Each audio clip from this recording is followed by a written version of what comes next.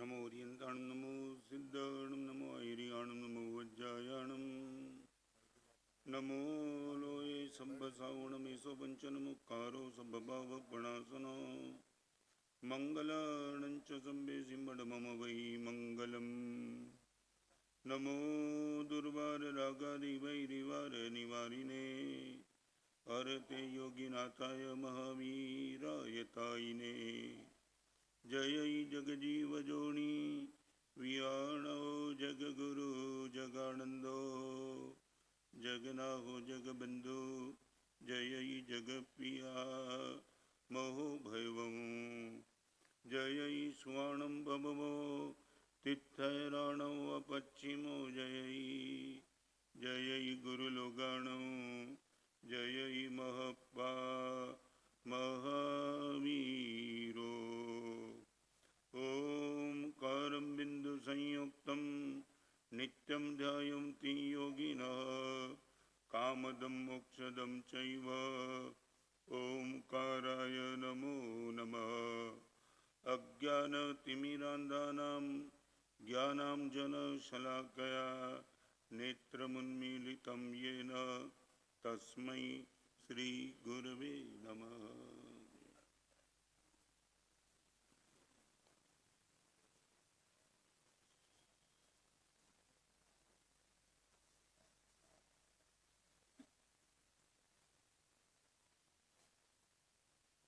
किसी एक संत के पास जाकर के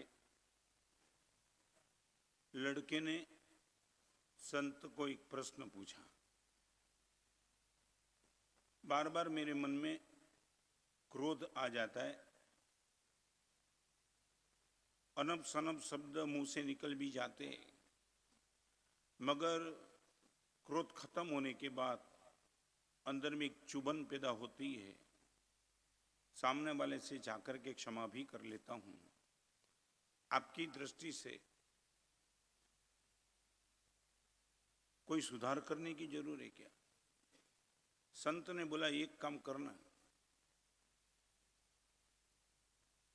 एक लकड़ा लेके आ मेरे पास। वो लकड़ा लेके आया इतना बड़ा। संत ने उनसे खिली भी मंगवाई और इतना ही कहा कि जब भी तुझे क्रोध आ जाए दूसरा कुछ मत करना, लकड़े में एक कीली लगा देना। 1 सप्ताह का सिर्फ प्रयोग करना है, पता लग जाएगा कि 1 सप्ताह में एक लकड़े में तूने कितनी कीली लगाई, तो इतनी बार तूने क्रोध किया। ठीक है, ईमानदार था लड़का और करीबन 1 सप्ताह तक ये प्रयोग किया। लकड़े में कीली लगाते चला, करीबन 60-70 कीली लगा दी। फिर संत ने कहा एक काम कर, 1 सप्ताह के लिए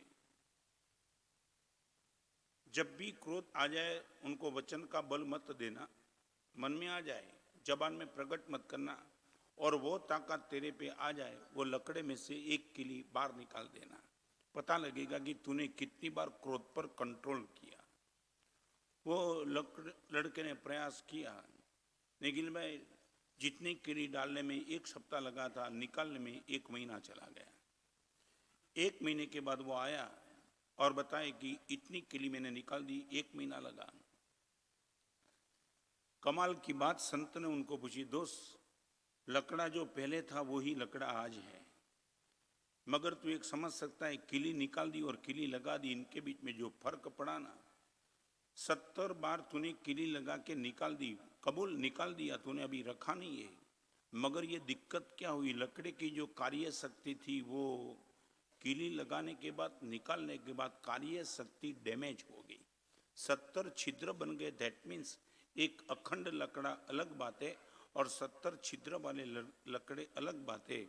तू ये कहता है कि मैं क्रोध कर तो देता हूँ, मगर करने के बाद तुरंत 2-5 दिन में 2-5 मिनट में उनके साथ क्षमापना भी कर देता हूँ, तो फर्क क्या पड़ा? संबंध पहले भी था अभी भी है, लकड़ा पहले भी था अभी भी है, मगर 70 छिद्र बनने के बाद कार्य शक्ति जैसे खत्म हो जाती है, तो एक बार क्रोध करके वापिस क्षमा मांग लेना, उससे संबंध में भी बहुत कुछ रुकावट आ जाती है। 1 सप्ताह तक प्रवचन चलाना है इस पर कि कैसे हम क्रोध को कंट्रोल करें। इनका सबसे पहले ग्राउंड कर देता हूं ताकि आपको पता चले कि क्रोध क्यों आता है। इस सभा में बैठने वाले को पूछूं, मेरा और आपका प्रॉब्लम निखिल भाई क्रोध नहीं है। हम ये ऊपर से बिल्कुल फ्यूजिल बात करते कि महाराज साहब क्रोध से मुझे बचना है, ये क्रोध मेरा प्रॉब्लम ही नहीं है। हमारा प्रॉब्लम हमारा अहंकार है। आप जब भी क्रोध करते हो तब एक बार डेप्थ में चले जाओ, मैं जो कहता हूं चाहता हूं नहीं होता है तभी तो क्रोध होता है। ओके, तो ये क्या है? मैं जो चाहता हूं वो होना ही चाहिए, मैं जो कहता हूं वो होना चाहिए, वो क्रोध है कि वो अहंकार है? क्या है? अहंकार। जो भी मैं कहता हूं उसको वो करना ही चाहिए। पत्नी को मैंने बोला, बेटे को बोला, बायर को बोला, रिक्शा वाले को बोला, हाथ खड़ी करके रिक्शा खड़ी नहीं रहती, इसलिए तुम्हें क्रोध नहीं आता है। ये तो 25 रिक्शा जा रही है, कोई भी रिक्शा खड़ी नहीं हो रही, उस पर तुम क्रोध नहीं करते हो। मगर क्रोध कब करते हो? आप चाहते हो और रिक्शा वाला खड़ी नहीं करता है तब। इनका अर्थ क्या? रिक्शा भागती है इसलिए क्रोध नहीं होता है, मगर आपके कहने के बाद भी यदि नहीं रुकती है तो क्रोध होता है। तो मैं पहले पूछूं आपको, समस्या क्रोध है या समस्या अहंकार है? What is the problem? Ego या एंगर?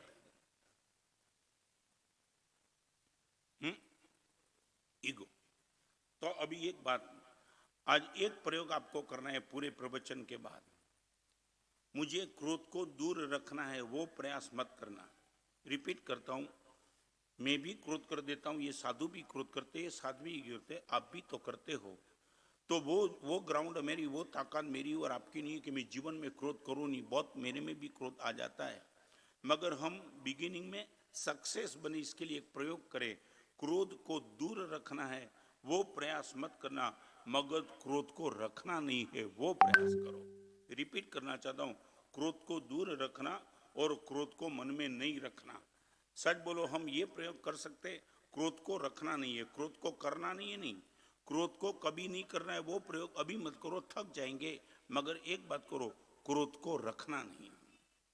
करना नहीं और रखना नहीं, दोनों के बीच में फर्क है। आपको मालूम है, पानी फ्रीज में रह जाता है, दीपक भाई क्या होता है? रह गया पानी। पानी तो बहने के लिए तैयार था, मगर तुमने फ्रिज में स्टोरेज कर दिया, फिर क्या हुआ? बर्फ हो गया। पानी को जब फ्रिज में तुम स्टोरेज करते हो बर्फ बन जाता है, क्रोध को मन में स्टोरेज करते हो तब वैर बन जाता है। वो 3 प्रक्रिया है, नंबर 1 क्रोध, नंबर 2 वैर और नंबर 3 हिंसा। आने वाले दिनों में आपको किसी की हिंसा करने का मन होगा, हिंसा का बैकग्राउंड वैर है और वैर का बैकग्राउंड क्रोध है। यदि बहते पानी को बहते रहने दो, वो कभी बर्फ नहीं बनेगा। क्रोध आया और चले जाने दो, आया और चले जाने दो। सच बोलो, इतनी आपकी मानसिक तैयारी है, ये ताकत लेकर के बैठे हो, महाराज साहब क्रोध आ जाएगा मगर क्रोध को रखूंगा नहीं। आपको मालूम है, बुखार आता है ना, बगल में क्या लगता हो? क्या करता है? थर्मोमीटर टेम्परेचर बताता है। सच बोलो, दिक्कत कब आती है निखिल में मालूम है? बड़ी गंभीर बात। टेम्परेचर बगल में, थर्मोमीटर बगल में रखा और 103 डिग्री दिखाया, तब हम चिंता में इतनी नहीं आते। चिंता में कब आते मालूम है? टेम्परेचर जब उतरता ही नहीं ना। 1 घंटे के बाद रखा 103, 2 घंटे के बाद रखा 103, 5 घंटे के बाद रखा 103, 7 दिन तक रखा 103, फिर डॉक्टर के पास जाने का मन होगा, वेदना से कहना पड़ेगा, डॉक्टर साहब ये तो 103 आ गया, अभी उतरने का नाम नहीं लेता है। तो मैं ये कहना चाहता हूँ, थर्मोमीटर में बुखार आ जाए वो इतना चिंताजनक नहीं है, मगर वही डिग्री पे रुक जाए तो चिंताजनक है। क्रोध आ जाए वो इतना चिंताजनक नहीं है, मगर रह गया बहुत चिंताजनक है। थर्मोमीटर में बुखार उतरना चाहिए। आपने कहीं संगीत का प्रोग्राम देखा है? संगीत का प्रोग्राम, वो तबलची होता है निखिल में, वो डट्टे होते लकड़े के, क्या करता है वो? ठोक ठोक करके क्या करता है? हाँ, ऊपर चढ़ाता है। मगर जैसे संगीत का प्रोग्राम पूरा हो गया, डट्टा उतार देता है। तुम्हारा तो डट्टा उतरता ही नहीं। कितने साल तक वो डट्टे को लेकर तुम बैठे हो, वही समझ में आया। अरे ठीक है, 1 घंटा प्रोग्राम था तो डट्टा लगाया, बराबर है, मगर अभी जय गया तो अपने आप से वो तबलची सब नीचे कर देता है, नॉर्मल। आपके पास इतनी ताकत है क्या? एक प्रसंग आ गया, तुमने क्रोध कर दिया, बात खत्म करो, जैसे ही पंडाल से बाहर निकले डट्टे उतर गए। क्या लगता है? क्रोध को नहीं करना कि क्रोध को नहीं रखना? हम यहां से शुरू करेंगे, बात तो वहां तक ले जाना है। हमें क्रोध करना ही नहीं है। मगर वो ग्राउंड यदि मेरे पास अभी नहीं है तो यहां से शुरू उनका मानस से क्रोध को रखना नहीं है, नेवर। इसके लिए 3 बात मैंने शायद पहले यहां की थी, फिर भी ये प्रसंग है तो मैं रिपीट करना चाहता हूं, ज्यादा नहीं चलाऊंगा। आप एक काम करो, जिस स्थान में आपने क्रोध किया वो स्थान का क्रोध आगे नहीं जाएगा। जिस स्थान में आपने क्रोध किया वो क्रोध को आप दूसरे स्थान में निश्चित तौर से नहीं ले जाएंगे। मान लो कि घर में पत्नी के साथ बेटे के साथ क्रोध कर दिया, वो बाजार तक नहीं जाएगा। बाजार में क्रोध किया वो घर तक नहीं आएगा। ये ताकत है आपके पास। जो स्थान में क्रोध हुआ था वो स्थान से लेकर के क्रोध को आगे नहीं चलाऊंगा, ये ताकत। निखिल भाई इसमें दिक्कत है क्या? दिक्कत नहीं, बहुत बड़ी दिक्कत है। तुम मेरे पास है तो तुम्हारा चेहरा भी बोलता है कि आज किसके साथ गड़बड़ हुई लगती है, तो मैं बोलता हूं भाई मेरे साथ क्या है? नहीं माना साहब, मैं आपकी बात मैं समझता हूं आज इतना टेम्परेचर गर्म क्यों है, मगर शांति से पूछूंगा तब पता चलेगा माना साहब पत्नी से बवाल हो गया था। मैं बोला मेरी क्या गलती थी? ये ताकत लेकर के बैठेंगे हम। नंबर 1, क्रोध का स्थान जहां क्रोध होगा उससे आगे नहीं जाने देंगे। आपको भी फिर से बताऊं, 3 बात कहना चाहता हूं। नदी में कचरा जाता है तब तक दिक्कत नहीं है, नगर कचरा रुक जाता है तब दिक्कत है।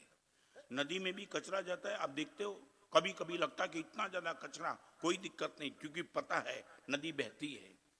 आज जो नदी गंदी लग रही है वो नदी 2 मिनट के बाद बिल्कुल क्लियर लगेगी, क्योंकि नदी कचरा आगे ले जाती है। नदी में कचरा आता है मगर कचरा टिकता नहीं है। थर्मोमीटर में बुखार आता है, बुखार टिकता नहीं है। तबले के डट्टे ऊपर होते हैं मगर वो टिकते नहीं है। और हमारा क्रोध, कचरा बहना चाहिए, डट्टे उतरने चाहिए, बुखार उतरना चाहिए, तो हमारा क्रोध भी खत्म नहीं होना चाहिए क्या? आ गया ओके, मगर एक ये ताकत तो हम लेकर के बैठे कि बुखार यदि उतर जाता है, डट्टे उतर जाते हैं, नदी यदि कचरा छोड़ देती है, तो मैं ये क्रोध रख करके क्यों बैठा हूं? यहां से बोलो, ये आपकी ताकत। रिपीट करना चाहो, एक बार स्ट्रेंथ पालो। माना साहब बाजार में हुआ क्रोध पत्नी पे क्यों? आपका बेटा आपके पास उम्मीद रख करके आया था कि पिताजी रात को आ जाए, मैं पिताजी से मेरी बात करना चाहता हूं, पिताजी मैं 95% में पास हो गया, और आप बाजार में क्रोध करके आए हो।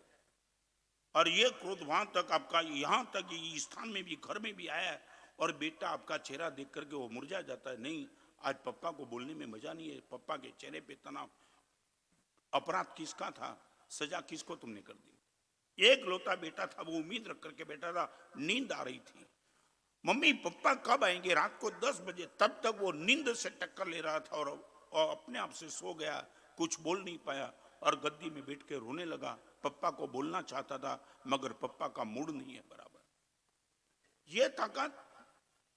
नंबर 1, जो स्थान में क्रोध है वो स्थान को लेकर के दूसरी जगह पे क्रोध मत ले जाओ। नंबर 2, जो व्यक्ति पे क्रोध है उसको छोड़ के दूसरी व्यक्ति पे उनका रिएक्शन मत ले जाओ। ये भी तो ताकत चाहिए, बहुत बड़ी ताकत है। व्यक्ति पर क्रोध करने का तो चौक्कस कारण था, मगर दूसरी व्यक्ति पे इनको कोई कारण भी नहीं था। तो ये ताकत, नंबर 1, स्थान को आगे मत ले जाओ। नंबर 2, व्यक्ति को आगे मत ले जाओ। नंबर 3, क्रोध का कारण समाप्त होने के बाद उसी व्यक्ति पे क्रोध मत रखो, कारण समाप्त हो गया। समझे? चाय में शक्कर कम थी इसलिए मान लो कि पत्नी पे, नौकर पे, किसी पे आपको क्रोध करना पड़ा, ठीक है, आप एक्साइट हो गए, क्रोध कर दिया। पत्नी ने या तो नौकर ने बोल दिया मेरी गलती थी, मैं चूक गई इसलिए शक्कर रह गई, बात खत्म।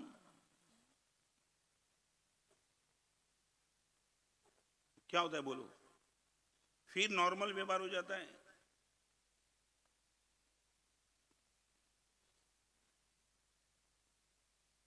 जवाब चाहिए, फिर नॉर्मल व्यवहार की, फिर भी वो एक्साइटमेंट है।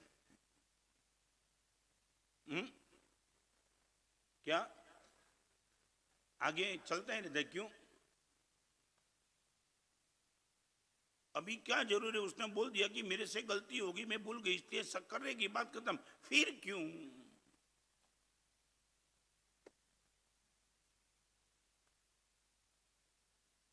निखिल में कोई कारण तो बताओ, बात खत्म होगी, अभी फिर क्यों?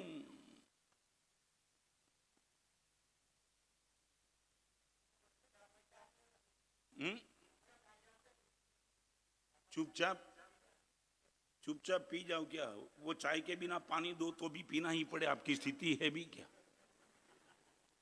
चुपचाप पी जाते वो तो रोते रोते पीते हो, वो नहीं कहता हूं, मर्दानगी की बात करना चाहता हूं, ये आपकी ताकत। और चौथा महत्वपूर्ण कारण, चार कारण, यदि आप क्रोध रखना नहीं चाहते हो, क्रोध करने की बात नहीं करता, आपने कर दिया छोड़ो अभी ये बात, जिस स्थान पे क्रोध किया उस स्थान से आगे मत जाओ, जिस व्यक्ति पे क्रोध किया उस व्यक्ति को लेकर दूसरी व्यक्ति को उनका शिकार मत बनाओ, जो समय में क्रोध किया वो समय को छोड़ के हर समय पे क्रोध मत करो। और एक चौथी महत्वपूर्ण बात, जब भी किसी चौक्कस रीजन को लेकर के तुम क्रोध करते हो तो उसके सामने पुराने कोई रीजन हाजिर मत करो। आपको मालूम क्या, आप 25 साल का एंट्री निकालते, ये पहली बार तूने चाय में शक्कर नहीं डाली, मैं मुझे मालूम है कितने कितने दिन तक रबी हुई, क्या प्रोग्राम है क्या? सामने वाले की गलती को रिवीजन कराने का प्रोग्राम तुमने रखा है? एक गलती के क्रोध किया वही गलती दिखावाने आगे पीछे वाली गलती क्यों दिखाते हो? क्यों?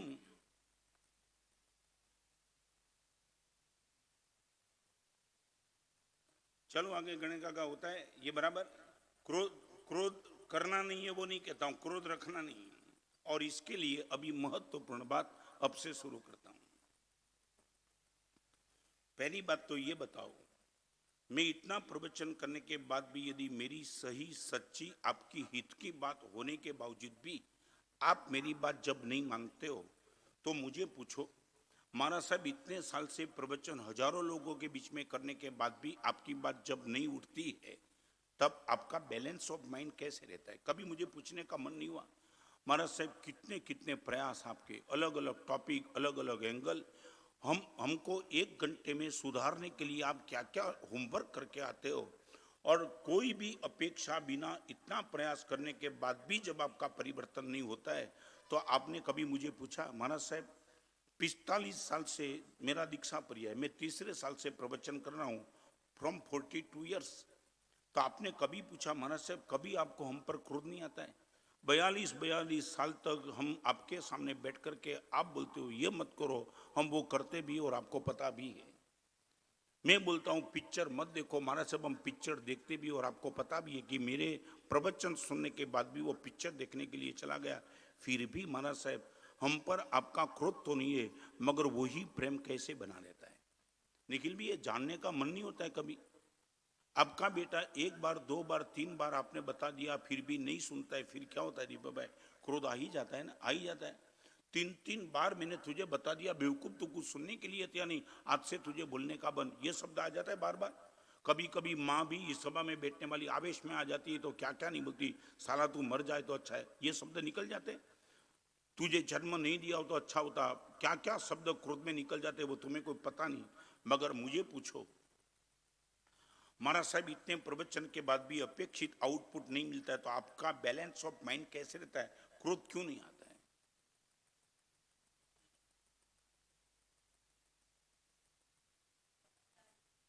हा? नहीं, ओके, क्या समझदारी क्या? ओके, हाँ, संभव, वो ऐसा बड़ा शब्द यूज मत करो, इस कॉमन पब्लिक को दिमाग में बैठ जाए ऐसी बात करो। नहीं, आपकी बात बराबर है, अंडरस्टैंडिंग निश्चित तौर से, इसलिए तो मैं विथ हैप्पीनेस, हाँ, बहते पानी की तरह, आपको मालूम नहीं बहते पानी नदी की बात है, कचरे, आपको मैं कचरा थोड़ा मानता हूं, ये भी तो आसात नहीं है आपकी, आपको मैं कचरा कभी नहीं माना, नेवर। तो कोई ताकत तो होगी ना, वो अंडरस्टैंडिंग की बात को आपके सामने करना चाहता हूं। यदि एक साधु इतनी अंडरस्टैंडिंग लेकर के 42 साल तक प्रयास के बाद भी यदि प्रसन्नता से बात कर सकता है, not only with happiness, with love, आप ये मत मानो मैंने सिर्फ हैप्पीनेस, आपके प्रति प्रेम भी मेरा इतना ही बना रहा है।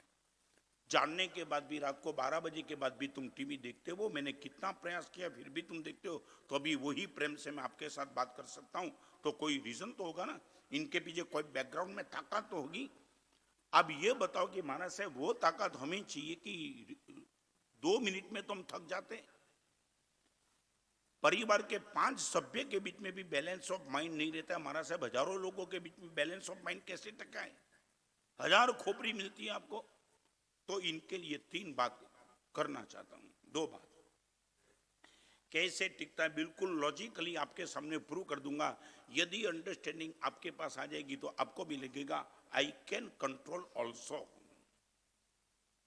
एक छोटा सा प्रश्न आपको पूछूं, किसी ज्वेलरी की दुकान में निखिल भाई गए हो, आपको 1 लाख रुपए का नेकलेस चाहिए, वो ज्वेलर देने के लिए भी तैयार है, सबके लिए खुली है, और आप गए हो 25,000 रुपया लेकर के, या तो 50,000 रुपया लेकर के गए हो, और 50,000 रुपया लेकर के हो, तुम 1 लाख का नेकलेस मांगते हो, वो सामने वाला नहीं देता है।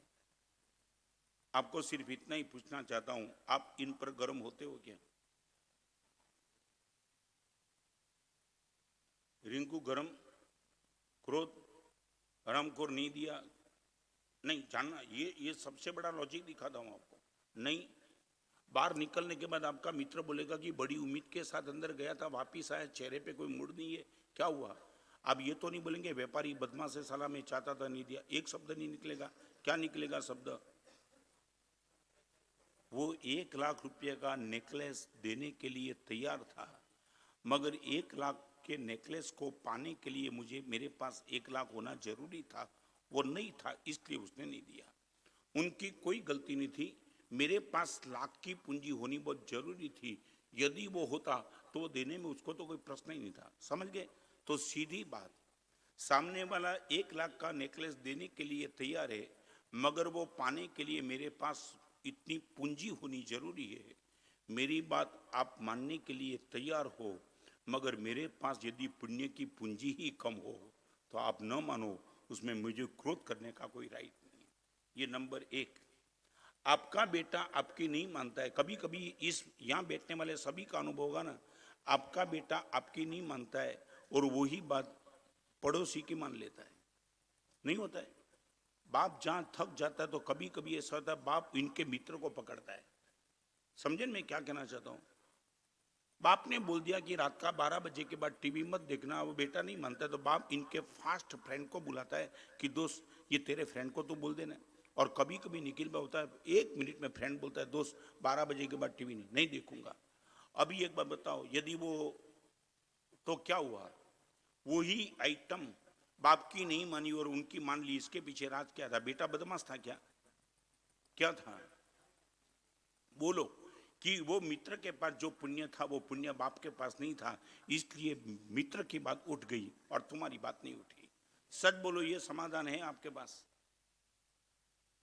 सामने वाला मेरी मानने के लिए तैयार है, मगर मनाने के लिए मेरे पास जो पुण्य होना चाहिए, किस्मत होनी चाहिए, नसीब होना चाहिए, वो थोड़ा कम पड़ रहा है और इसलिए वो मेरी नहीं मानता है।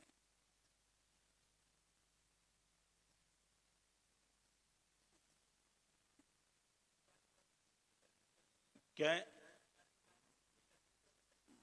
पिताजी के साथ बेटा, अकेले बेटे की बात नहीं, कोई भी जगह, कोई भी जगह अकेले बेटे की बात, तो दिस इज द एक्सपोर एग्जाम्पल। कभी कभी ये होता है, आप हाथ खड़ी करो, रिक्शा वाला नहीं खड़ी रहता है, और कोई आपके पीछे आने वाला आदमी ने हाथ खड़ा कर दिया और रिक्शा वाला खड़ा रह गया, ये भी तो होता है। अकेले बेटे की कहां बात है? पूरी दुनिया के मैं बात करता हूं, जहां भी आपकी बात न उठे, इतना समझ लेना कि आपका पुण्य कहीं कम पड़ रहा है। मैं यही चेक करता हूं। यदि आप यही परमात्मा के वचन सुनने के लिए भगवान के समो शरण में होते, साक्षात तीर्थंकर परमात्मा दिशना देते हुए, और उनके समोषण में यदि आप होते, तो क्या होता है दीपक भाई मालूम है? ये 5 महीने के परिवर्तन प्रवचन माला के बाद जो आपकी नहीं बैठती है, वो भगवान के एक प्रवचन में बैठ जाती। क्यों? परमात्मा का पुण्य हाइट पे था, इसलिए आपका परिवर्तन हो गया, जो मेरे पास नहीं है। सच बोलो, कभी भी आपको लगता है कि मेरा पुण्य कम पड़ रहा है, मेरी पत्नी मेरी नहीं मान रही है, मेरा बेटा मेरा नहीं मान रहा है, पेमेंट मेरा नहीं दे रहा है, मेरा पुण्य निश्चित तौर से महाराज साहब कम है। सामने वाले ज्वेलर पर गर्म होने की जरूरत नहीं है महाराज साहब, मुझे क्या करना चाहिए? यदि वही नेकलेस आपको पाना है तो क्या करना चाहिए? 50,000 की आपकी पूंजी थी, 10 जगह जाकर के और 50,000 प्राप्त कर लो, 1 लाख लाओ, सामने वाला निश्चित मान जाएगा। वो तो बोला मैं चोर और डाकू को भी देने के लिए तैयार हूं, मुझे वो प्रश्न नहीं, मुझे प्रश्न है लाख रुपया। चलो आगे।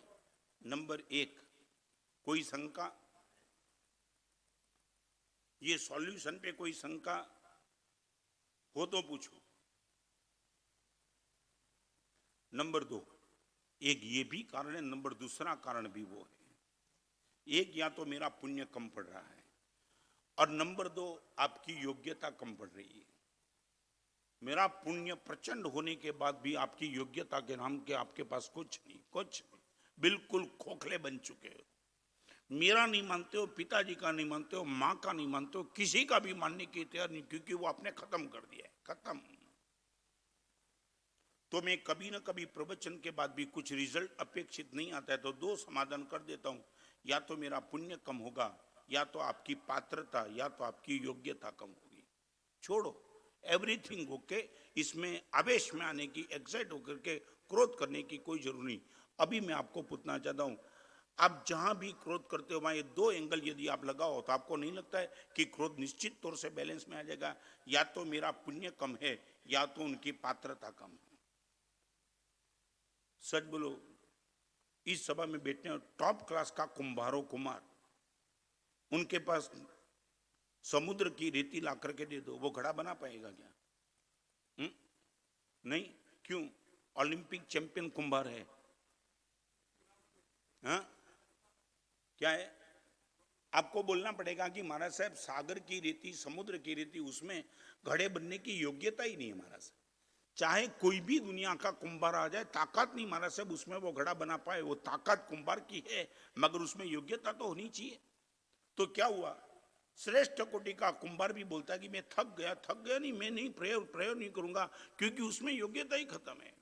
तो आपके बेटे को 25 बार 50 बार आपके मित्र ने, उनके मित्र ने, सभी ने प्रयास किया, मगर वो ही बदमाशी करते रहा। तब आपको समाधान करना पड़ेगा, ये समुद्र की रेती है, उसमें से घड़ा बनने का प्रयास मार जाएगा, जाने दो, कुछ नहीं करना। I would like to know, यदि ये बात आपको लॉजिकली बैठ जाए, एक तो मेरा पुण्य कम है, नंबर 2 आपकी योग्यता कम है। सच बोलो, ये 2 बात यदि आ जाए तो फिर क्रोध करने का प्रश्न आता है, रखने का प्रश्न कहां आता है? मैं कभी गर्म नहीं होता ऐसी क्षेत्र में। कई लोग मुझे पूछते हैं, महाराज साहब वो आपकी नहीं मानता। मैंने छोड़ यार। और एक छोटा सा सभा में बैठने वाले सबको पूछना चाहता हूं, मुझे कमेंट के बिना गंभीरता से जवाब देना। आपका बेटा आपकी न माने वो भयंकर बात है, या आप मेरी न मानो वो भयंकर बात है? देखो, हो गया ना मामला पूरा। क्या आपका बेटा आपकी न माने वो विचित्र बात है, या आप मेरी न मानो वो विचित्र बात है? किसकी? तो शुरू करो।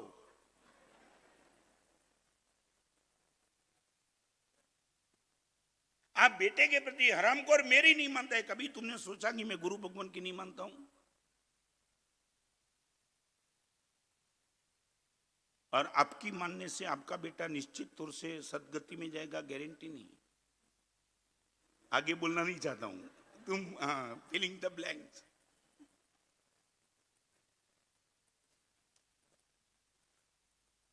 ये अभी पता चला ना महाराज साहब, ये संतों की ताकत क्या है? ये ताकत है art of compromise, understanding, 100% clear understanding. क्रोध आ जाता है कभी, रखने की बात तो गई, खत्म। 2 मिनट के लिए आया और गया, 1 मिनट में समाधान। अपना पुण्य कम बढ़ रहा है, या तो सामने वाले की योग्यता कम है।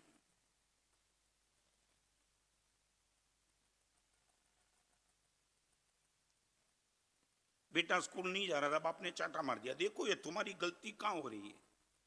बेटा स्कूल नहीं जा रहा था, बाप ने चांटा मार दिया। चांटा मारने के बाद बेटा रोने लगा, तो बाप को लगा रोता है तो उनको कुछ थोड़ी मलम पट्टी भी करते चलो। अब आपने बड़े ढंग से कहा कि सिंह का बेटा रोता है क्या? क्या उनको लगा बेटा खुश हो जाएगा, तो उसने पूछा पप्पा सिंह का बेटा कभी स्कूल जाता है क्या? बात खत्म। तुम बोलो कि गए काम से। इस सभा में, इतनी बड़ी सभा में बैठने वाले को पूछना चाहता हूं, कोई लॉजिकली आपके पास कोई विकल्प है तो बताओ, नहीं तो 6 दिन तक ये परिवर्तन प्रवचन माना चलनी। मैं गारंटी के साथ कहता हूं, यदि इंप्लीमेंट करने का प्रयास किया, फिर से रिपीट करता हूं, सामने वाला सुधरेगा नहीं सुधरेगा, मगर आपका मन निश्चित तौर से बिगड़ने का बंद हो जाएगा। सामने वाले को सुधारने की ताकत परमात्मा में खुद में भी नहीं थी। तुम कौन, मैं कौन? भगवान खुद आकर के बैठ गए तो नहीं मानने वाले नहीं माने थे, नहीं सुनने वाले नहीं सुने थे, नहीं सुधरने वाले नहीं सुधरे थे। भगवान यदि हेल्पलेस हो जाते तो मैं और तुम कौन हो? मगर एक बात कहना चाहता हूं, दुनिया को सुधारने का प्रयास निश्चित तौर से निष्फल ही जाएगा, अपने को सुधारने का प्रयास निश्चित तौर से सफल जाएगा। कहां मेरा फोकस कहां है, आपको सुधारने का कि मेरा?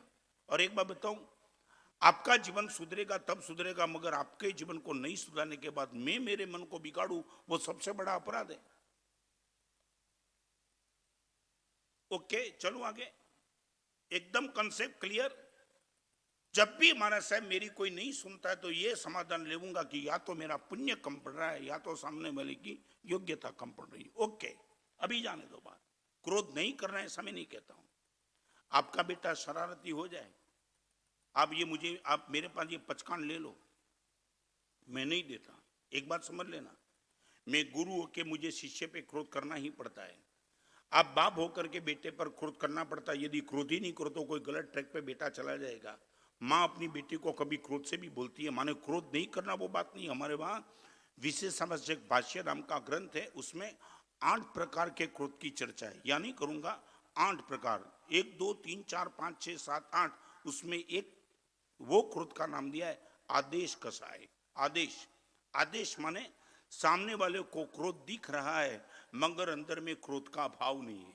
रिपीट करना चाहता हूं, क्रोध दिख रहा है मगर क्रोध का भाव नहीं है। मेरे साधु को मैं चाटा मार दूं, आपको दिखाई पड़ेगा कि गुरुदेव शिष्य पर क्रोध कर रहे, मगर हृदय में क्रोध होगा कि प्रेम होगा? तो लगता क्या है? क्रोध, मगर अंदर है क्या? प्रेम। माँ भी अपने बेटे को गाली बोल के एक जोर से चाटा मार देगी, सबको लगेगा कि माँ ने बेटे को चाटा मारा, दैट मीन्स क्रोध है। अंदर में क्या है? प्रेम है। तो इसलिए मैं कहना चाहता हूं, लीडिंग करने की जिनकी योग्यता है, जिनको वो पद मिला है, यदि वो क्रोध नहीं करेगा तो उनका जीवन नहीं बनेगा। समझ गए ना? माने भगवान का एक अच्छा विकल्प है, हृदय में यदि प्रेम हो तो क्रोध करने की छूट है।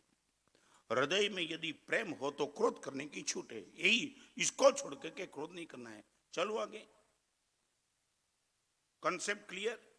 आप ये मत बोलना कि महाराज साहब बेटे पे क्रोध नहीं करोगे बेटा बिगड़ जाएगा। मैं नहीं कहता हूं, भगवान खुद ना नहीं बोलते। गुरु को क्रोध करना पड़ता है, बिन जरूरी नहीं, मगर क्रोध जब मौका आ जाए गुरु को करना ही पड़ता है, क्योंकि साधु संस्था चलानी है। आपके परिवार को सही ट्रैक पे आपको चलाना है तो बेटे पे क्रोध कभी करना पड़ेगा, लकड़ी भी मारनी पड़ेगी, जो कुछ भी करना पड़ेगा, मगर क्रोध, इनका बैकग्राउंड में प्रेम होगा। इस सभा में बैठने वालों को पूछना चाहता हूं, सच बोलो, हृदय में बैकग्राउंड में प्रेम था और तुमने क्रोध किए, इतने मौके जीवन में कितने आए? दूसरे के सामने नहीं, आपको खुद को लगे नहीं। गुरुदेव 100% हृदय में प्रेम था, क्रोध किया नहीं, क्रोध करना पड़ा। बेटे पे महाराज साहब चाटा मारना माने मामूली बात है। एक माँ को बेटे को चाटा मारने के लिए अपने मन को कितना समझाना पड़ता है। मेरा बेटा जिसको मैंने संभाला, 9 महीना पेट में रखा, उसको मैं चाटा मारूंगी? 1000 बार माँ संघर्ष करेगी तब एक बार बेटे को चाटा मार पाएगी, और वो भी होगा। आपने कभी देखा होगा, चाटा मारने के बाद बेटा शायद नहीं रोएगा मगर माँ निश्चित तौर से रोएगी। उनको लगेगा क्या कर दिया, एक माँ होकर के बेटे को मैंने मार दिया। गुरु होकर के जो शिष्य को चाटा मार देता है तो गर्मी से बात करता है, शिष्य को शायद कुछ लगे या न लगे, मगर गुरु तो डिस्टर्ब हो जाएगा।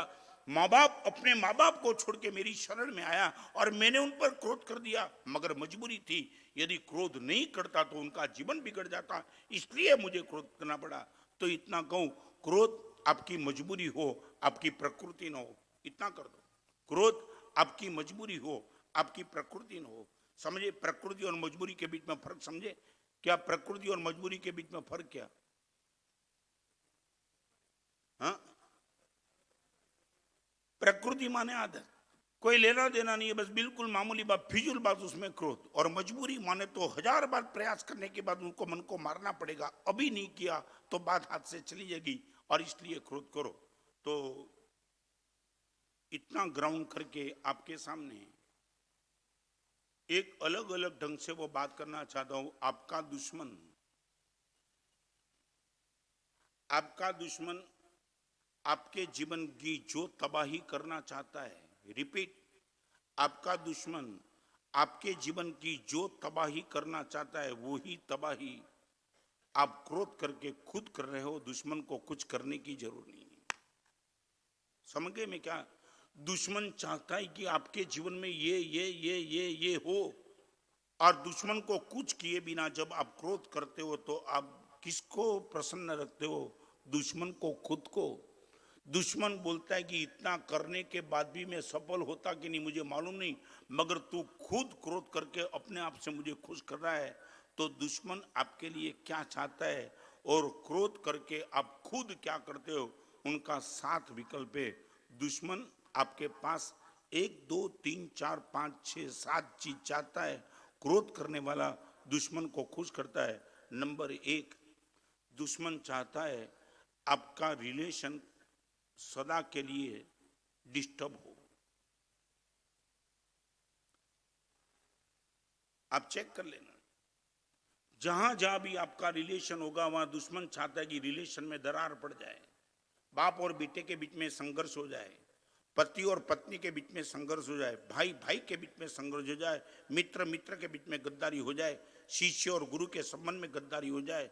दुश्मन सबसे पहले अटैक करता है। ये ताकत वाला क्यों है? रिलेशन के हिसाब से ना, वो बोलता है तू कितना भी गर्म हो, मेरे साथ मेरे पिताजी बैठे, मेरे भाई बैठा है, मेरी पत्नी बैठी है।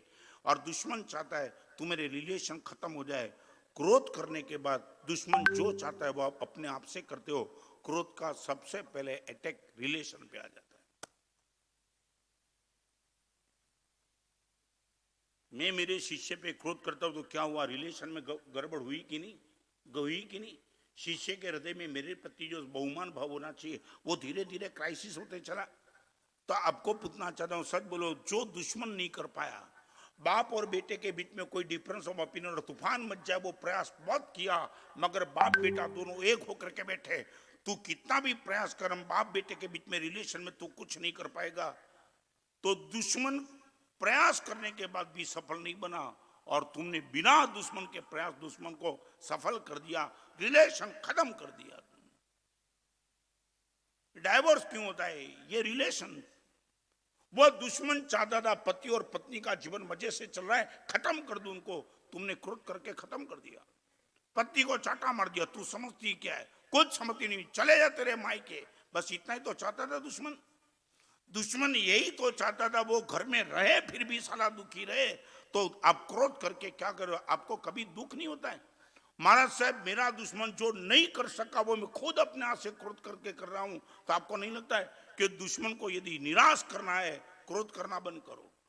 फिर से रिपीट करता हूं, भगवान को प्रसन्न करना है इसलिए क्रोध को दूर करो, ये बात नहीं कहता हूं। मगर यदि दुश्मन को प्रसन्न नहीं रखना है, क्रोध करना बंद कर दो। दुश्मन चाहता है रिलेशन खत्म हो जाए आपके।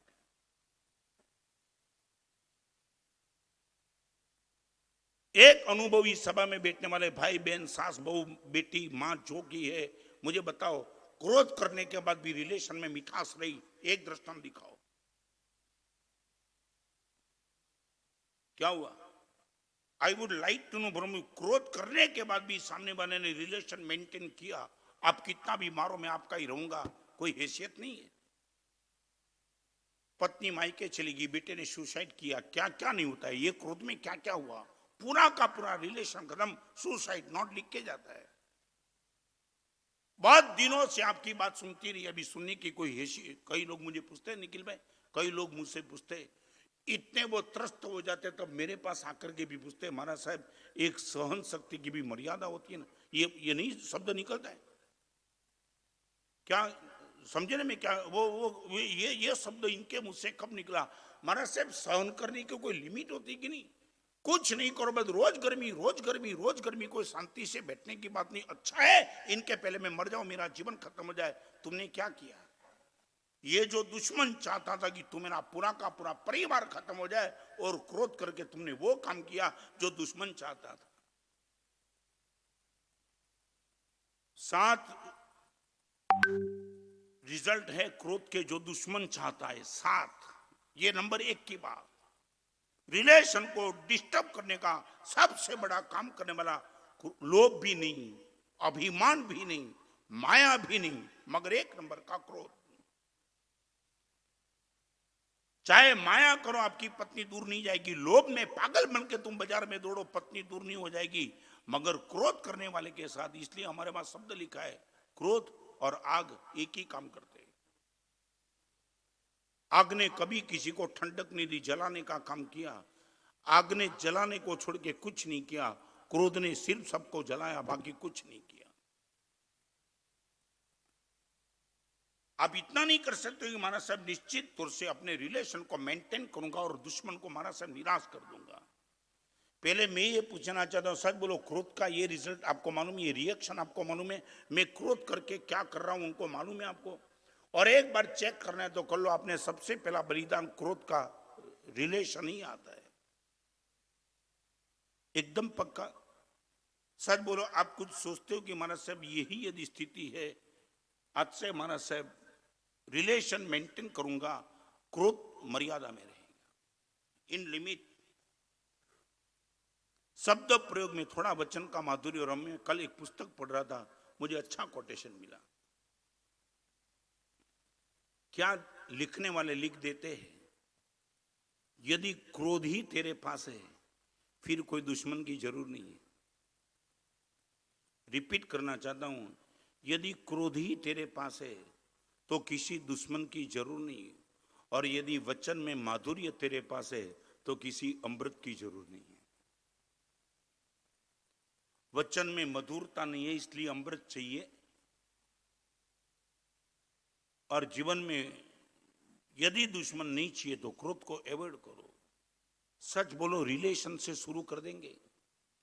मैं आपको बताऊं, सूरत में एक लड़का है धीरू नाम का, महाराज साहब मां बिल्कुल अनपढ़ है, पढ़ी लिखी कुछ नहीं है, मगर परिवार को एक रखने की मां के पास महाराज साहब जो ताकत है ना, ऐसा लगता है ऐसी अनपढ़ मां के बेटे हैं, हम धन्य बन गए। महाराज साहब हम तीन भाई, तीनों भाई की पत्नी सब साथ में रहते हैं। रिलेशन मेंटेन करने के लिए निखिल भी कितना, ये बलिदान देने की बात नहीं है, सिर्फ एटीट्यूड बदल दो। तो महाराज साहब कभी ना कभी ये बनते हैं, हम तीनों भाई भोजन करने के लिए साथ में बैठते हैं। मां रिटायर है महाराज साहब, चौके में कभी नहीं जाती। ठीक है, हम तीनों भाई का इतना प्रेम रहता है तो तीनों भाई को परोसने के लिए मां बिल्कुल चौका और बार इनके बीच में आकर के बैठती है। महाराज साहब आपको क्या बताऊं, 100% पता है कि मां ने चौके में किसी भी आइटम पे हाथ नहीं डाला है, मगर कभी ना कभी महाराज साहब गलती हो जाती है पत्नी की, मेरे भाई की पत्नी की। सब्जी में मिर्च कम है, दाल में नमक कम है, होता है ऐसा, तो महाराज साहब होता ही है, मेन मेड है सब। और महाराज साहब मजाक में भी हम माँ का थोड़ा टेस्ट भी करते हैं ना, और एकदम गर्मी से, महाराज साहब करोड़ों का टर्नओवर है, और भोजन भी यदि बराबर नहीं बनावे तो चले कैसे, इसलिए कभी महाराज साहब जोर से बोल देते, ऐसी सब्जी बनाई नमक कम है, महाराज साहब इतना ही आवाज। और उसी टाइम चौके और हमारे बीच में माँ बैठी है, उसने बोला धीरू एक बात बताऊं, गर्मी से बात करने की जरूरत नहीं है, गर्मी से नहीं करूं तो क्या ठंडक से करूं, ये सब्जी भी बराबर नहीं बना सकती है। धीरू एक बात समझ ले, तुम तीनों भाई की पत्नी, उनकी जो कुकिंग में हाथ है ना वो जबरदस्त है, कभी भी कोई डिस्टर्ब होता ही नहीं। आज तुम्हारा माँ तू ही चख ले सब्जी कैसी है, तू ही चख ले, तुझे पता चलेगा क्या है। धीरू समझ गई तेरी बात, तू झूठ नहीं बोलता है, मगर एक बात बताओ, आज गलती से सब्जी मेरे से हुई है।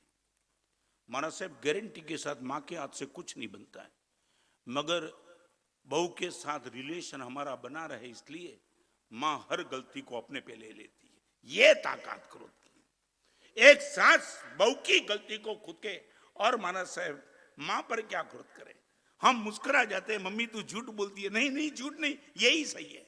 आज कितने दिनों के बाद मुझे मन हुआ कि चलो सब्जी पे मैं हाथ लगाऊं, और प्रैक्टिस छूट गई इसलिए नमक कम आया। अभी करूं तो भी क्या करूं महाराज साहब, हजार, आपने निखिल में वो देखा है बफर, देखा है बफर, 2 डिब्बे के बीच में क्या होता है, 2 डिब्बे के बीच में एकदम जोर से टकरा दे फिर भी डिब्बा सलामत रहता है, किस लिए? हाँ हाँ, वो स्प्रिंग रहती है ना।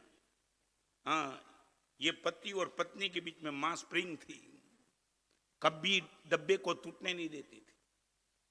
क्या मैं बताऊं कि हमारा तेरा का परिवार शांतारूप चातुर्मास में 56 साधु थे। शाहपुर मानस मंदिर तीर्थ की प्रतिष्ठा में 150 से ऊपर साधु थे। कभी किसी ने यह बात नहीं सुना जोर से रिलेशन मेंटेन करो। और एक बात फिर से आपसे कहना चाहता हूं, जिंदगी की बहुत कटोकटी के समय में करोड़ों रुपया होने के बाद भी आपने यदि रिलेशन नहीं बनाया होगा और रिलेशन बिगाड़ते रहे होंगे, आपको 100% होगा आपके पैसे आपको खाने के लिए आएंगे। आपकी पत्नी बोल देगी नर्स को रखो, मैं आपकी बाजू में नहीं हूं। आपका बेटा बोल देगा पापा ओल्ड एज आश्रम में चले जाओ, आपको बोलो तो ब्रीच कंडी में दाखिल कर सकता हूं, मगर मेरी उम्मीद मत रखना। लाखों करोड़ों होने के बाद आपकी पत्नी आपकी बाजू में खड़े रहने के लिए नहीं, बेटा आपको चाहता नहीं, भाई नहीं चाहता है, क्या पैसे को खा जाएंगे तुम? इस सभा में बैठने वालों को पूछना चाहता हूं, सच बोलो, रिलेशन 100% बचाना है तो क्रोध से बचते रहो, कोई विकल्प नहीं उनका। आपका दुश्मन चाहता है 100% आपका रिलेशन खत्म हो जाए, और वो काम 1 मिनट दुश्मन नहीं कर सकता, आप रोज करते हो, रोज।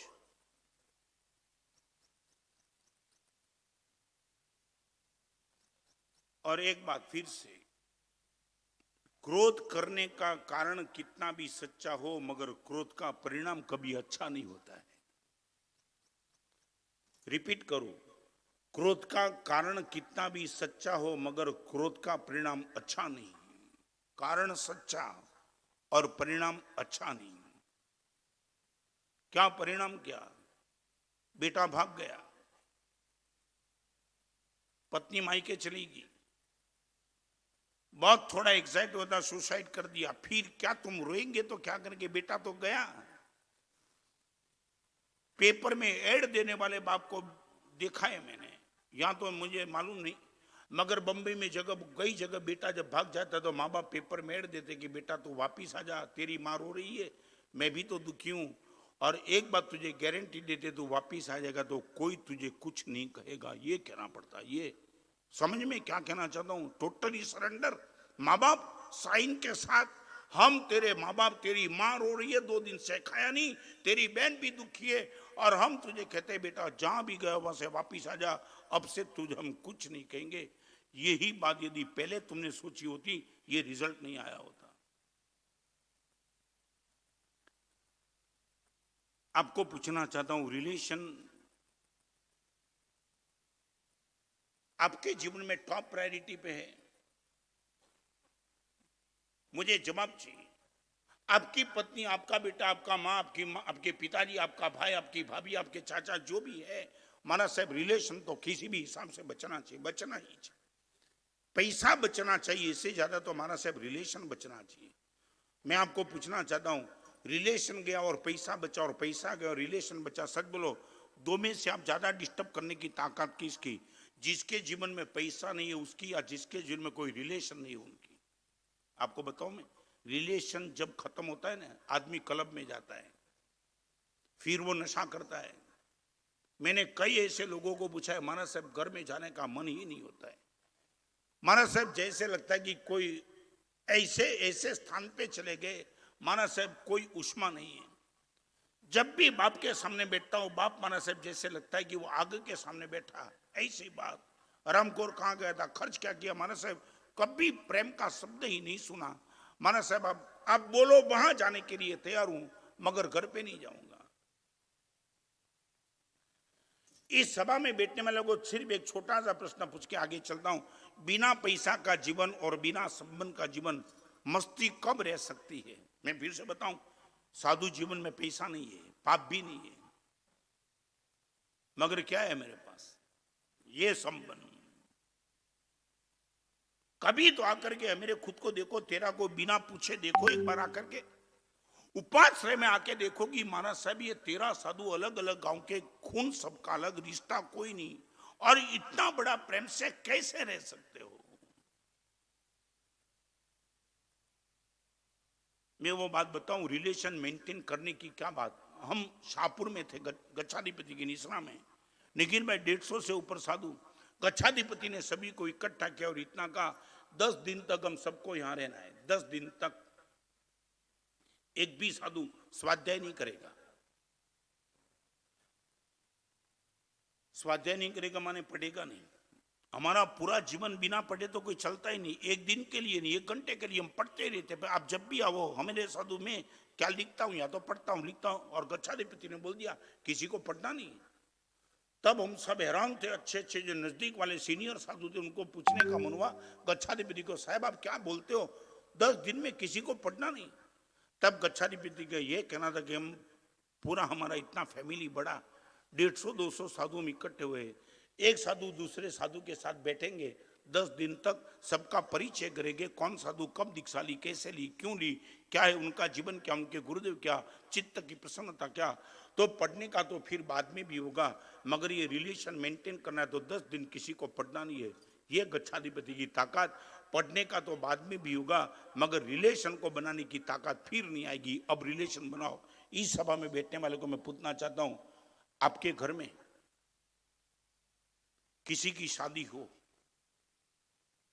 आपके पूरा परिवार इकट्ठा हुआ है, नजदीक था, भाई भाभी बेटा बेटी सब, MBA कर रहा है बेटा, कोई CA कर रहा है, आप इतना बोल सकते हो कि बेटा अपने घर में शादी का प्रसंग है, 3 दिन तक बाहर से सब कोई आए, अपने नजदीक वाले, एक काम कर 3 दिन तक ना कॉलेज में जाना है, ना बाजार में जाना है, ना कोई पेमेंट लेने की जाए, 3 दिन तक यहाँ ही रहो और ये रिलेशन कौन क्या है उनके साथ मेंटेन करो। ये बात आपके घर में आती है क्या?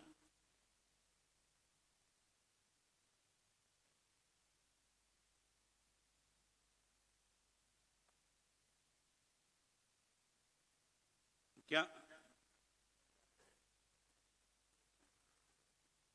मुझे जवाब चाहिए, हाँ कि ना? क्या है? बाहर जाके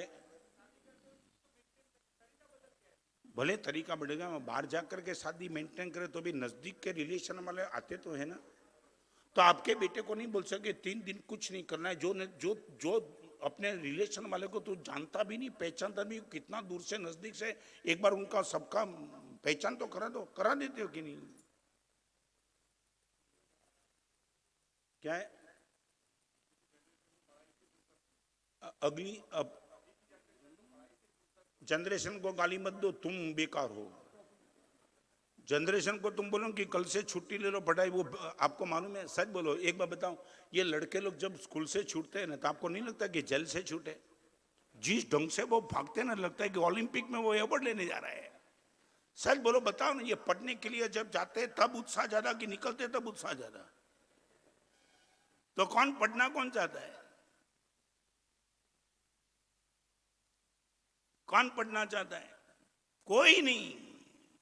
तुम धकल तो उनको, उनको तो कोई पढ़ना। तुम बोलो ना कल जाकर के प्रयोग करो, 10 दिन किसी को पढ़ना नहीं है, वो पिकनिक मनाएंगे। पापा जिंदगी में पहले कोई शुभ समाचार आपने पहली बार दिया, ऐसा बोलेंगे आपको। पढ़ना ही किसको है? एक जेब कतरा गलती से पकड़ा गया, और पकड़ा गया, जज के पास गया, जज ने 2 साल की जेल की सजा दी। उसने हाथ जोड़ के जज को इतना ही कहा, मैं आपका, क्या मालूम है क्या कहा? क्या कहा? हाँ हाँ, मैं आपका परमानेंट मेंबर हूं, थोड़ी तो सजा कम करो, रोज का ग्राहक।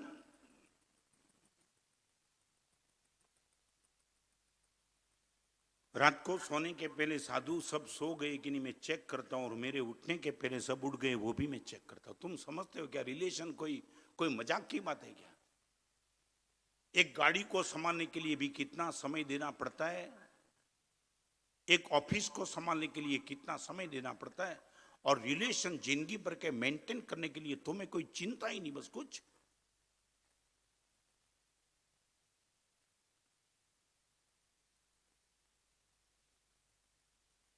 छह दिन 5 दिन के प्रवचन, संडे का प्रवचन अलग रहेगा। दैट मीन्स इस सब्जेक्ट को लेकर के सिर्फ 5 दिन प्रवचन चलेंगे।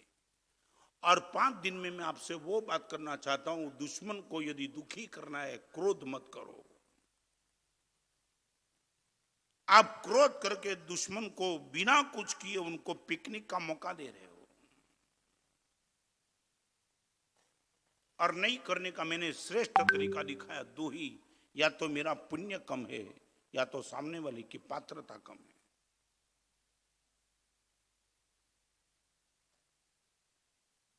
दीपक भाई, इंप्लीमेंट हो सकता है ये। यहां तो सुनने में अच्छा लगता है, जब आता है ना मौका तब पता चलता है।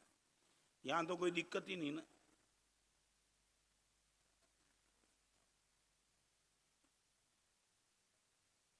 सच बोलो, पत्नी चाय में शक्कर न डाले, वो आपका पुण्य कम कि इनकी पात्रता कम। ये घर पे जाके पत्नी जानबूझ के बोलेगी कि गड़बड़ मत करो, गुरुदेव ने बोला आपका पुण्य कम है।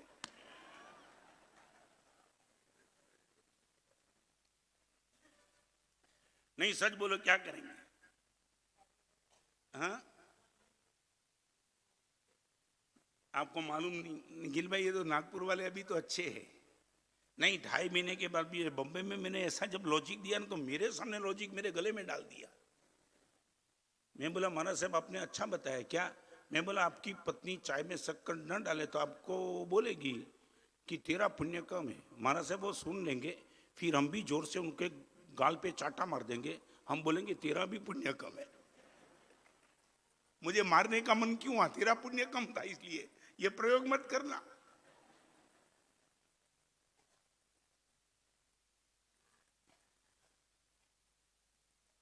मैं ये कहता हूं, थोड़ा प्रयोग करना। बार बार छोटी छोटी बाबत में एग्जाइट जो हो जाते हैं। Great conqueror does not fight on small issues. एक बात बताओ निखिल भाई, एक कोने में कोई छोटी सी चिंगारी प्रकट हुई, फायर ब्रिगेड को फोन तो नहीं करेंगे? हा? नहीं, क्यों? फायर ब्रिगेड को फोन कब करते हो? छोटी सी आग लगी, वो आपको जेल में डाल देगा। बेवकूफ ऐसी आग में हमको फोन करता है। तो आप इतना तो करो, क्रोध करने के पहले उनके कद को देख लेना कि इतना जल्द क्रोध करने की जरूरी, सीधा फायर ब्रिगेड लाके खड़ा कर देते। छोटी सी गलती और तुम क्या क्या लेकर के बैठे हो, क्या क्या। इतनी गर्मी से बात की कोई हिसाब ही नहीं। क्या मैंने एक जगह बोला तो उसने बोला महाराज साहब हमारा तो हर आग भयंकर ही होती है, आग का कद कभी छोटा होता नहीं। और फायर ब्रिगेड को छोड़ के महाराज साहब कभी वो शांत होती नहीं, गर्मी से बात। अभी समझ गए ना?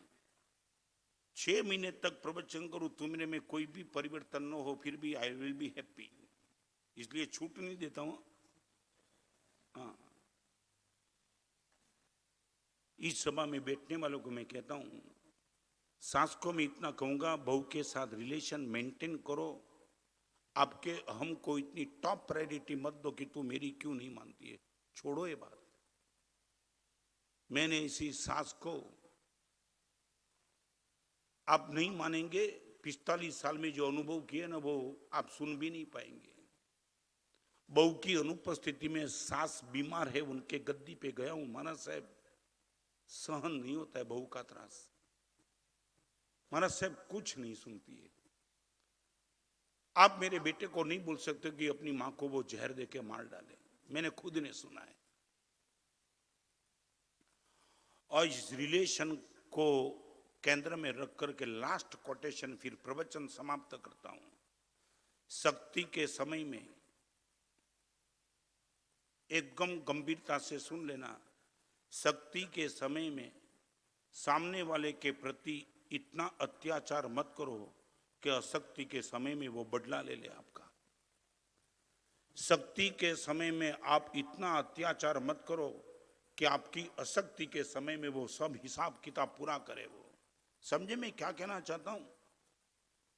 मैं बहू को भी कहता हूं कि शक्ति के समय में सास को इतना दुखी मत करो, अशक्ति का समय आएगा तब पता चल जाएगा कि आपकी हालत भी यही हो सकती है। शक्ति का समय सामने वाले को बचाने के लिए है, सामने वाले को दबाने के लिए नहीं है। बहादुर आदमी सभी को बचाएगा, दबाएगा नहीं। आज मेरे पास शक्ति में आपको दबाते रहूंगा तो एक समय ऐसा आएगा कि जब शक्ति का समय मेरे जीवन में आ जाएगा, तब आप सब याद करेंगे कि आपने वो समय क्या क्या कहा है। मैं सबका हिसाब करूंगा। जब अपना हाथ भी सांस अपने से उठा नहीं सकती है और वो रोती है कि मेरा हाथ अभी जकड़ गया है, बहन तू आजा, हाथ इतना उठाना है। वो बोलेगी अभी बुद्धि तुम मरी माई। और मैंने वो देखा है, जिंदगी पूरी की पूरी आक्रामक बन के बिताई है और अभी वो सहन होता ही नहीं, क्योंकि रिलेशन कभी मेंटेन किया ही नहीं। चाय बिगड़े तो बिगड़ने दो, साड़ी बिगड़ जाए तो बिगड़ जाने दो, मगर संबंध बिगाड़ने की गलती कभी मत करना। वो जीवन नहीं, मौत बिगाड़ देगी। आज सच बताओ, तुम क्यों दुखी हो, स्ट्रेस में क्यों? संबंध नहीं मेंटेन हो रहा है। हजारों लोग मेरे पास आकर के ये संबंध का दुख व्यक्त करते हैं, संपत्ति का इतना दुख व्यक्त नहीं करता है। एंगर, एंगर का सीधा अर्थ है डेंजर। एक डी आगे लगा दो, पता लगेगा एंगर माने डेंजर। वो किस लिए? नंबर एक, वो रिलेशन को खत्म कर देता है। नंबर दो, नंबर तीन, नंबर चार, पांच, 6 और 7। आप सुनना चाहते हो तो मजे से रोज आ जाना 9 से 10। इतने जीवन भर महाराज साहब क्रोध करके आप बोलते हो ना, मैं सच बताऊं, आपके पास हृदय होगा तो तार तार रोएंगे घर पे जाकर के। महाराज साहब दुश्मन के हर दाव हमने खत्म कर दिए, मगर हम खुद मर गए क्रोध करते करते। आज महाराज साहब सब कुछ है, मगर ये 7 चीज हमने खत्म कर दी, फिर तो तुम्हारे पास कुछ बचता ही नहीं है, संभवित नहीं हो चुका। बाकी इसी क्रोध को लेकर के मैंने किताब लिखी थी, आज ही पता चला, जिनका नाम था आज ही पता चला। दैट मीन्स व्हाट, बैकग्राउंड में क्या था? हे भगवान, क्रोध